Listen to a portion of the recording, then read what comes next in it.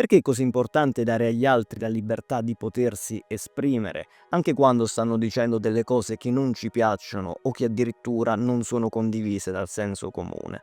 Qualche anno fa ho letto sulla libertà di John Stuart Mill.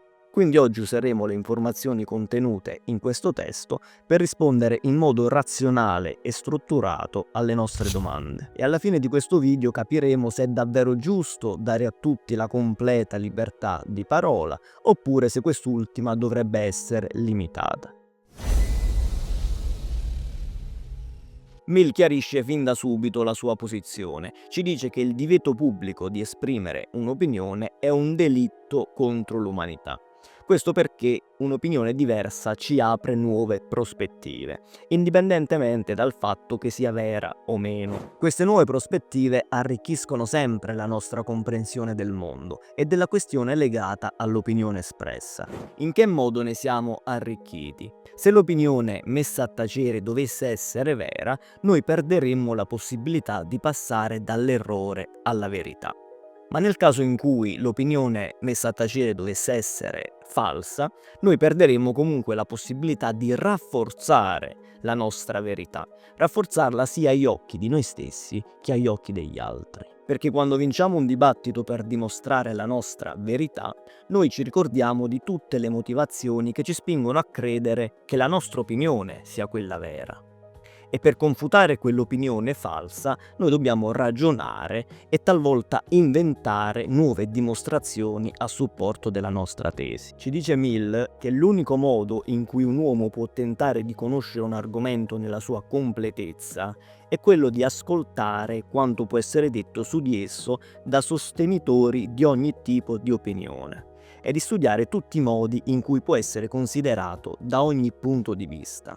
Nessun uomo saggio ha mai raggiunto la sua saggezza in altro modo, né è nella natura dell'intelletto umano diventare saggio in altra maniera. Quindi ecco che lottare contro un'opinione falsa ci rafforza, sia perché potremo addirittura scoprire cose nuove, sia perché dopo saremo ancora più sicuri della nostra verità. E questa non è una cosa di poco conto. Sapere perché la nostra opinione è vera e saperla difendere è ciò che ci differenzia da un credente, da una persona che crede a qualcosa per fede e non perché sa che quella cosa è vera. Basti pensare al fatto che la maggior parte delle persone crede giustamente che la Terra sia tonda, sferica, geoide, chiamatela come volete, senza però saper spiegare o dimostrare perché, e vengono messe in crisi dal primo terrapiattista che gli si para davanti. Infatti, se per lungo tempo non dimostriamo la validità delle nostre opinioni,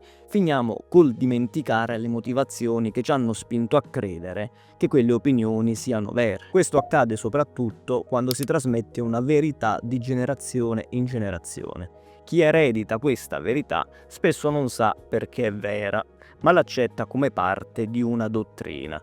Questo è il caso, ad esempio, di quasi tutti i cristiani attuali, che sono cristiani soltanto perché sono nati in una famiglia cristiana. Ci dice Mill al riguardo: l'uomo, proporzionalmente alla mancanza di fiducia nel proprio giudizio individuale, di solito si basa con fede implicita sull'infallibilità del mondo in generale. E mondo significa per ogni individuo la parte di esso con cui egli entra in contatto, il suo partito, la sua setta, la sua chiesa, la sua classe sociale. Nella sua fede in questa autorità collettiva risulta per nulla scossa dall'essere egli consapevole che in altre epoche, paesi, sette, chiese, classi e partiti hanno pensato e pensano ancora l'esatto contrario. Egli fa ricadere sul proprio mondo la responsabilità di essere nel giusto rispetto ai mondi discordanti degli altri. E non lo turba mai il fatto che solo il puro caso ha determinato quale di questi numerosi mondi sia oggetto della sua fiducia,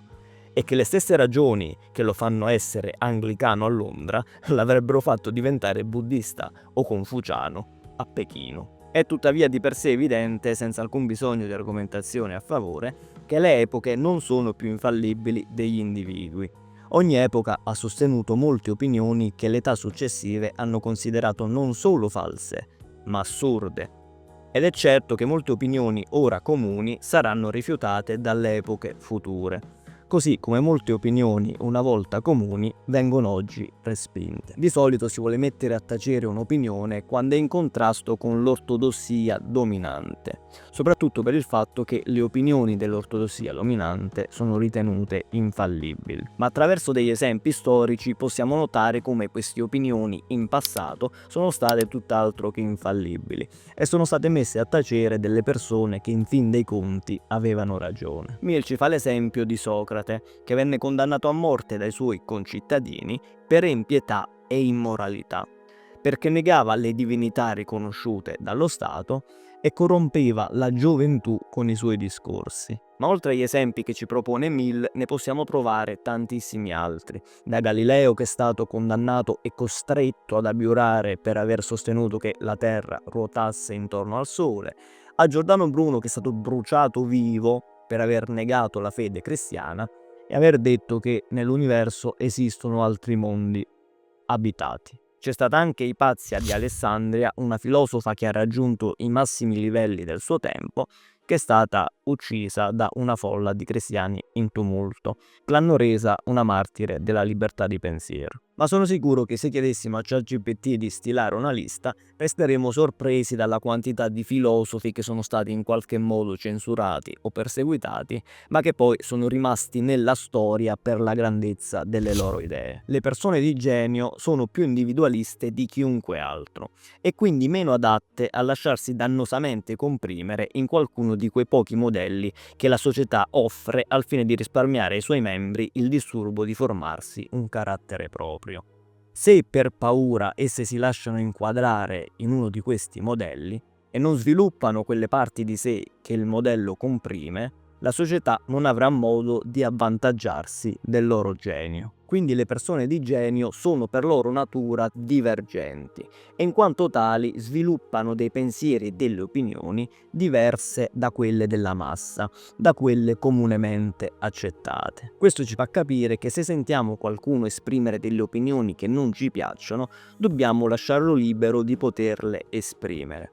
Perché può capitare che a esprimere quelle opinioni sia una persona che ne sa molto più di noi, ma noi non siamo in grado di capirlo perché non ne abbiamo i mezzi. Viene chiamato effetto Dunning-Kruger quella distorsione cognitiva nella quale individui poco esperti in un determinato settore tendono a sopravvalutare molto le loro competenze e quando si trovano davanti a qualcuno che è davvero esperto pensano di essere sul suo stesso livello, quando in realtà non lo sono e non hanno gli strumenti per poter comprendere perché non lo sono. Un altro aspetto su cui dobbiamo prestare attenzione risiede nel fatto che molte volte si raggiunge una verità proprio confrontando opinioni diverse. Ad esempio, possono esserci due opinioni che hanno in sé solo una parte di verità, mentre l'altra parte è un errore. Quindi noi possiamo confrontare queste opinioni per mettere insieme quelle due parti di verità e dar vita a una verità più completa. Ricapitolando, la libertà di pensiero e di discussione può esserci soltanto accettando il fatto di non essere infallibili, di non avere quindi la verità assoluta, mettendo in discussione le nostre verità e sottoponendole a una prova di confutazione. Da quello che abbiamo detto in questo video possiamo ricavare 4 linee guida da seguire per assumere un comportamento fondato sulla libertà di pensiero e di discussione. Non ridurre al silenzio l'opinione altrui. Farlo vorrebbe dire presumere di essere infallibili. Anche se l'opinione messa a tacere è errata, può comunque contenere una parte di verità e quindi solo confrontando le varie opinioni possiamo scoprire una verità totale. Una verità effettiva, se non contestata, verrà introdotta come un pregiudizio e non verrà né compresa né percepita come una verità razionale da chi la sente. L'opinione indiscussa che diventa dottrina rischierà di perdere il suo significato e il suo effetto vitale sulla condotta. Occupando lo spazio di una verità assoluta, rischierà di sopprimere il nascente dibattito fondato sull'esperienza e sulla razionalità. Ricordiamoci che se vogliamo essere liberi di poterci esprimere, dobbiamo essere i primi a dare questa libertà agli altri.